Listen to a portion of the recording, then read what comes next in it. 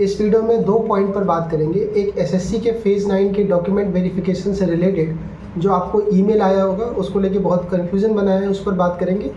और दूसरा जो पॉइंट रहेगा वो पीएएसए के अंदर जो ओबीसी कैटेगरी है जिनकी ज्वाइनिंग कुछ स्टेट में रोकी जा रही है, division wise document verification conduct कराया जा रहा है। कई जगह से सुनने को आ रहा है कि उनका अभी ज्वाइनिंग लेटर इशू नहीं किया जा रहा है। क्या कुछ मुद्दा है, क्या कुछ सही इसका रास्ता हो सकता है, उस पर हम बात करेंगे। आगे बढ़ने से पहले यार चैनल को सपोर्ट की ज़रूरत है। मैं आपको रेगुलर आपसे रिक्वेस्ट करते आ रहा हूँ कि चैनल को सब्सक्राइब करके ही देखिए। जो लोग अलग अलग ग्रुप के एडमिन सुन रहे होंगे, यार चैनल को वाकई सपोर्ट की ज़रूरत है, इसको शेयर करिएगा।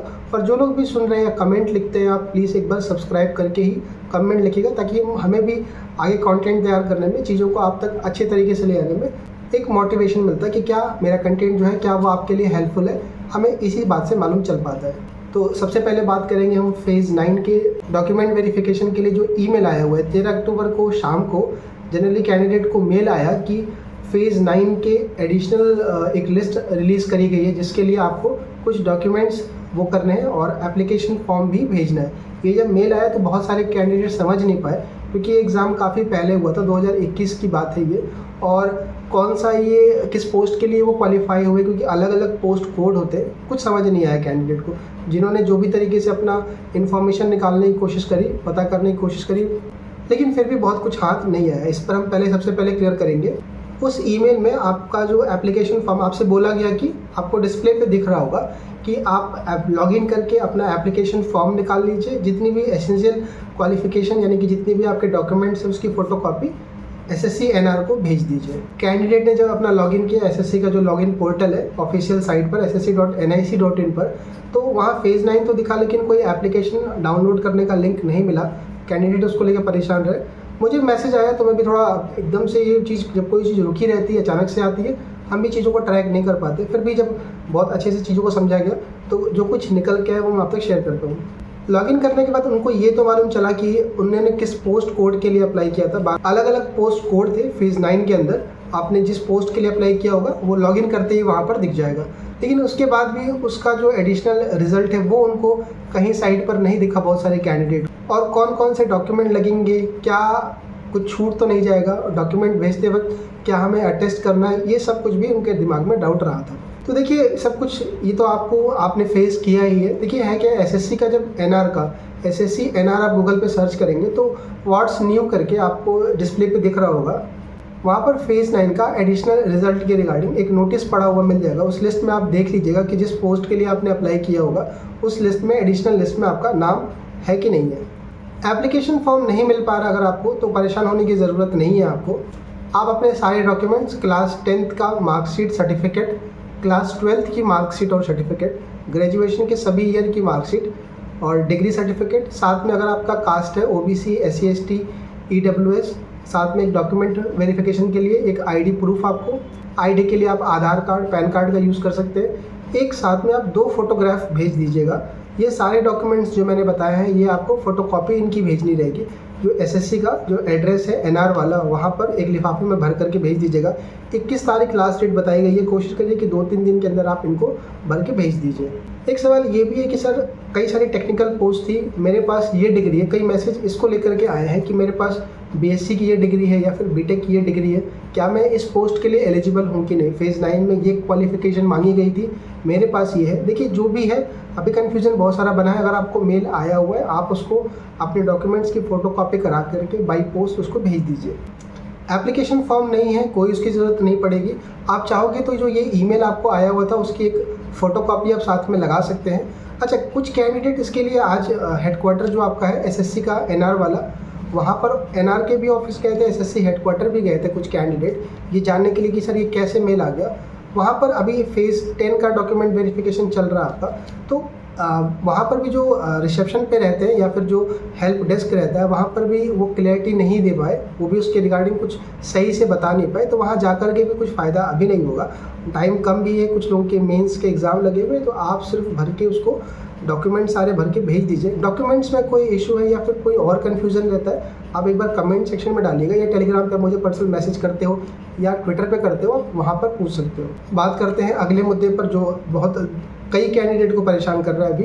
पोस्टल असिस्टेंट, सॉर्टिंग असिस्टेंट 2022 यानी पीएएसए सीजीएल 2022 से जो सिलेक्ट हुए थे, डिवीज़न का अलोकेशन होने के बाद डॉक्यूमेंट वेरिफिकेशन कंडक्ट करवाए जा रहे हैं, वहाँ पर ओबीसी कैंडिडेट और ईडब्ल्यूएस के भी कुछ कैंडिडेट है, खासकर ओबीसी के सुनने को आ रहा है कि उनके डॉक्यूमेंट्स जिनके क्रूशियल डेट वाले नहीं हैं उनको ज्वाइनिंग लेटर इशू नहीं किया जा रहा है, ऑन होल्ड पे रखा जा रहा है। कुछ ही डिवीज़न ने ये स्टार्ट करा है और वहाँ से जब ये मैसेज आया है तो जिनके पास ये दिक्कतें हैं क्रूशियल डेट वाला ओबीसी में या ईडब्ल्यूएस में, वो परेशान है। खासकर ओबीसी के कैंडिडेट परेशान है कि उनका होल्ड पे रखा है, क्या हमारा भी रखेगा, क्या इसमें कुछ हो सकता है और क्या दिक्कत वो कह रहे हैं, क्या दिक्कत आ रही है, उस पर हम पहले बात करते हैं। प्रॉब्लम जो आ रही है वो ये आ रही है कि कुछ डिवीज़न ऐसे हैं जो आपका 2022 सीजीएल 2022 से पीएसए की पोस्ट भरी गई थी, तो वो ओबीसी 2022 वाला मांग रहे हैं। अच्छा, कैंडिडेट को क्या इन्फॉर्मेशन पता है? कैंडिडेट को ये पता है कि जो फॉर्म भरने की जो डेट होती है उससे 3 साल पहले का चल जाता है और फॉर्म भरने की जो लास्ट डेट रहती है उससे 6 महीने के बाद तक का वैलिड रहता है। तो इस बीच वाले जो कैंडिडेट है जिनका लग रहा है कि उनका डॉक्यूमेंट सही है या उनके कास्ट सर्टिफिकेट सही है, उनको कन्फ्यूजन आ रहा है कि सर जब मेरा सही है तो फिर हमें क्यों नहीं इशू करा जा रहा है, या फिर अगर हमारे साथ ऐसा है तो क्या ये हमारे साथ भी दिक्कत क्रिएट करेंगे जब हमारा डीवी कंडक्ट होगा तब। पहले चीज़ बताऊं कि किसी के साथ में अगर कोई ऐसा इशू आ रहा है, इसको मैंने इसलिए कहा कि शेयर करिएगा ज़रूर सभी ग्रुप तक में। होता ये है कि एक डिवीज़न में कहीं पर उसी सर्टिफिकेट से ज्वाइनिंग हो जाएगी, कहीं पर एक जगह पर रोक दिया जाएगा। तो ये जब इन्फॉर्मेशन सब तक रहती है तो आप थोड़े कॉन्फिडेंट रहते हो कि नहीं, ये सिर्फ मेरे साथ दिक्कत नहीं है। ये बहुत पिछले 4-5 साल से मैं चीज़ें कवर करते आ रहा हूँ। मैं देख रहा हूँ कि ये दिक्कतें रहती हैं और बहुत ज़्यादा पैनिक होने की ज़रूरत नहीं। पहले मैं बताता हूँ कि इसका क्या रीज़न है और क्या कुछ इसका सोल्यूशन है। देखिए, डीओपीटी का जो सर्कुलर है, या अगर हम बात करें कि ओबीसी के सर्टिफिकेट की बात करें, ईडब्ल्यूएस की भी बात करेंगे, पहले ओबीसी का देख लेते हैं क्योंकि ओबीसी का पॉइंट चल रहा है बहुत ज़्यादा। ओबीसी का जो 2017 में एक केस हुआ था, 2017 में ये केस हुआ था ये क्रूशियल डेट को लेकर, सर्टिफिकेट को लेकर के। तो वहाँ पर एक कोर्ट ने ऑर्डर जारी करा और उसी ऑर्डर को देखते हुए एसएससी ने एक नोटिस जारी करा, मैं आपको डिस्प्ले करा रहा हूँ। उसमें यही बात कही गई है कि जो क्रूशियल डेट है वो फॉर्म भरने की जो लास्ट डेट होती है आपकी, उससे 3 साल पहले के सर्टिफिकेट ओबीसी का, और फॉर्म भरने की लास्ट डेट से 6 महीने बाद तक का वैलिड रहता है। ये 6 महीने के बाद वाला बहुत डिपार्टमेंट नहीं लिए। सीजीएल 20 में, 21 में, 22 में अगर बात करें, 22 में भी कुछ जगह पर इशू देखने को मिला, लेकिन ऐसे कोई दिक्कत नहीं आई। खासकर 20 और 21 में जितनी जगह ज्वाइनिंग हुई वहाँ पर ये 6 महीने वाला नहीं मान लेते, प्रोविजनल में डाला गया, लेकिन बाद में प्रोविजनल वालों को क्लियर किया गया। तो रही बात रूल की, तो आप ये जो सही रूल है वो ये कहता है। रही बात कि फिर ये क्यों मना कर रहे हैं, देखो उनके पास साफ साफ बताऊँ मैं आपको, पहले क्या था कि एसएससी डीवी करती थी, तो एसएससी को सारे रूल रेगुलेशन के बारे में जानकारी अच्छे से थी, डीओपीटी के सर्कुलर, क्योंकि उनका काम ही वही था। अब ये डिपार्टमेंट के हाथ में आ गया। डिपार्टमेंट के पास देखो साफ साफ मैं आपको एकदम क्लियर बताता हूँ कि जानकारी की कमी रहती है। आप इस बात को एकदम दिमाग में बैठा लीजिए। एक ही सर्टिफिकेट से, एक आप जैसे मान लो आप एसएससी सीजीएल सेलेक्ट हुए हो, आपका अगर जो भी सर्टिफिकेट जिस ईयर का बना हुआ है उसी सर्टिफिकेट से किसी दूसरे डिपार्टमेंट में या सेम डिपार्टमेंट में ही दूसरे ऑफिस में ज्वाइनिंग हो जाएगी, आप देखोगे उसी के साथ किसी के साथ दिक्कत आ जाएगी। तो ये सब हर डिपार्टमेंट अपने अकॉर्डिंग करता है और ऑफिस वाइज या फिर कहें आप तो लोकेशन वाइज जो ऑफिसेस है अपना अपने अकॉर्डिंग करती हैं। सवाल ये उठता है कि सर अगर हमारे साथ ये इशू करते हैं तो क्या है? तो ये जो रूल्स हैं, ये जो चीज़ें हैं, ये आप अपने समझदारी के लिए, अपने समझ के लिए रख सकते हैं। अगर डीवी में कोई पॉइंट उठता है ऐसा, या वो कहते हैं इस बात को, तो आप उनको ये पॉइंट रेफर कर सकते हैं कि सर ये चीज़ है इसके रिगार्डिंग, कि पहले भी एसएससी में इसी सर्कुलर को फॉलो करा गया है या इसी नियम को फॉलो करा गया, इस बिहाफ पर मेरा डॉक्यूमेंट सही है। रही बात ईडब्ल्यूएस की यार, तो ईडब्ल्यूएस में फाइनेंशियल ईयर और वैलिड ईयर, यही दो चीज़ देखी जाती है। अगर आपका दोनों गलत है या फिर दोनों एक ही लिखा हुआ है तो वो आपको करेक्ट करवाना पड़ेगा अगर डिपार्टमेंट इशू कर रहा है तो।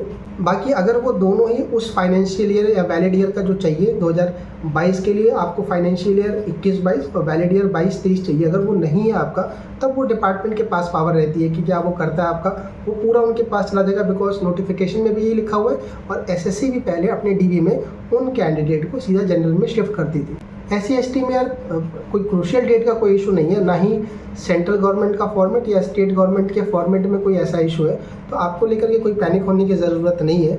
ओबीसी में जिनका हॉल्ट हो रहा है, जिनका रुक रहा है, किस डिवीज़न से रुक रहा है, क्या रीजन कर रहे हैं, एक बार आप टेलीग्राम पर मुझे पर्सनल मैसेज करिएगा, ईमेल कर सकते हो, ट्विटर पर मैसेज कर सकते हो, ताकि सभी जगह का इन्फॉर्मेशन मिलता रहे और पैनिक होने की ज़रूरत नहीं। मैं आपको फिर बोल रहा हूँ ये बहुत कॉमन इश्यूज़ है, मैं पिछले 4-5 सालों से देखते आ रहा हूँ। अभी आपका डिपार्टमेंटल डीवी चल रहा है, इवन तो जब एसएससी क्लियर करके भेजती थी तब भी कुछ डिपार्टमेंट अपना इशू करते थे, वो सब ऑफिस टू ऑफिस वेरी करता है।